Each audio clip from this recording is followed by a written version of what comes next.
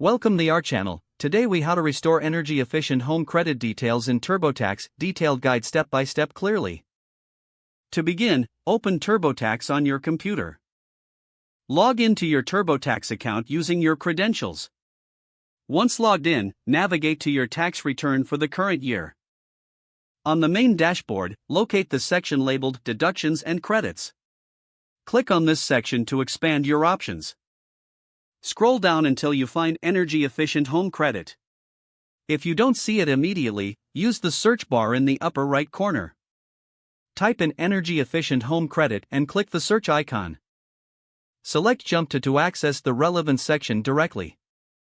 You will now see a description of the Energy Efficient Home Credit.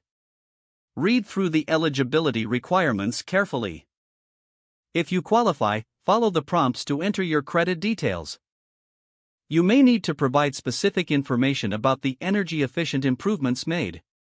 This can include the type of upgrades, costs, and the dates of installation.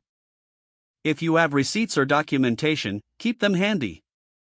TurboTax will guide you through entering this information step by step. Make sure to review all details for accuracy. Continue following the on-screen instructions until you reach the finish line. After entering your information, TurboTax will calculate your potential credit. Take a moment to review your tax summary. Once everything is accurate, proceed to file your return. This will ensure your energy-efficient home credit is included.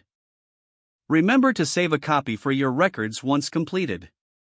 If the page does not load, refresh the browser or try again in a private or incognito window. Make sure you are using the correct email address, then retype it carefully to avoid small typos. If your password is not accepted, use the reset option and create a new strong password you can remember.